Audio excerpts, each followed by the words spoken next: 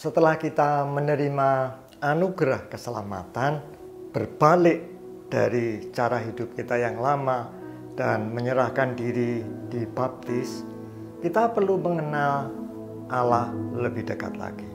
Mari kita belajar bersama-sama tentang Trinitas. Trinitas ini sangat penting di dalam iman kekristenan setiap kita. Tanpa pemahaman Trinitas, tidak akan ada inkarnasi Allah menjadi manusia. Kalau tidak ada inkarnasi Allah menjadi manusia, maka tidak ada yang namanya penebusan dosa. Bila tidak ada penebusan dosa, maka tidak ada yang namanya keselamatan. Semua manusia akan mengalami kematian kekal.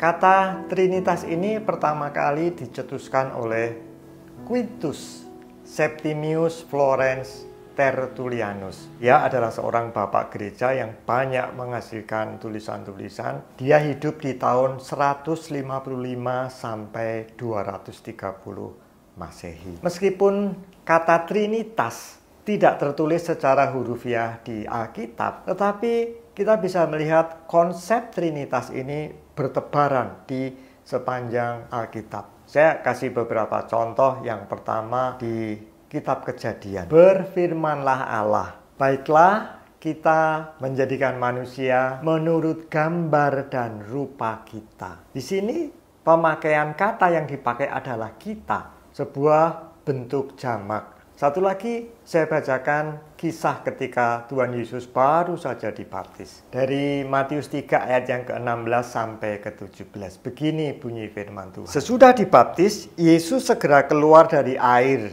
Dan pada waktu itu langit terbuka dan ia melihat Roh Allah seperti burung merpati turun ke atasnya. Lalu terdengarlah suara dari surga yang mengatakan, "Inilah anakku yang kukasihi, kepadanyalah aku berkenan."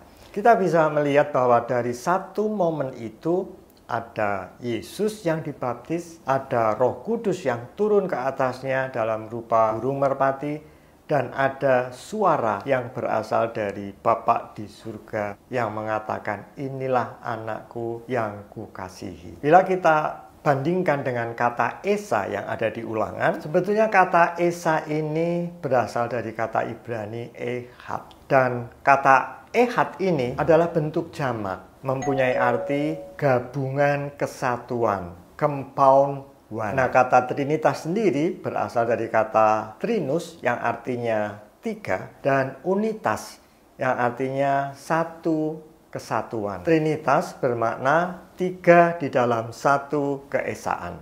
Jadi kata Trinitas maknanya sama dengan Esa atau Ehad. Saya gambarkan begini, lingkaran besar itu menggambarkan Allah yang Esa, yang kita kenal dengan Bapa di surga. Lalu ada firman, yaitu Yesus. Kenapa dia disebut anak? Karena dia dikandung di dalam Bapa itu sendiri. Saya bacakan Yohanes 1 ayat 1 sampai yang ketiga. Begini bunyi firman Tuhan. Pada mulanya adalah firman. Firman itu bersama-sama dengan Allah.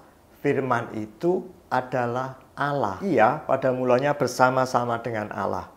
Segala sesuatu dijadikan oleh Dia, dan tanpa Dia tidak ada satupun yang telah jadi dari segala yang telah dijadikan. Firman ini merupakan bagian dari Allah yang Esa. Kalau Allah yang Esa hakikatnya adalah Allah, maka firman yang menjadi bagian dari Allah yang Esa tentu saja hakikatnya sama, yaitu Allah. Firman ini adalah yang menciptakan segala sesuatu. Tanpa Dia, dikatakan tadi, tidak ada segala sesuatu pun yang dijadikan.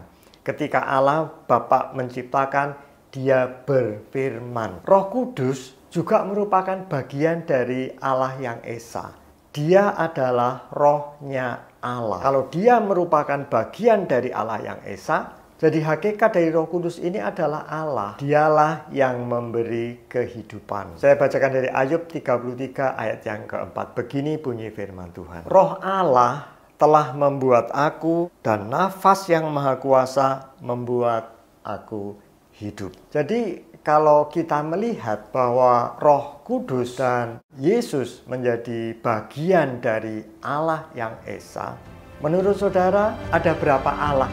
Silakan tulis di kolom komentar. Tuhan Yesus memberkati saudara.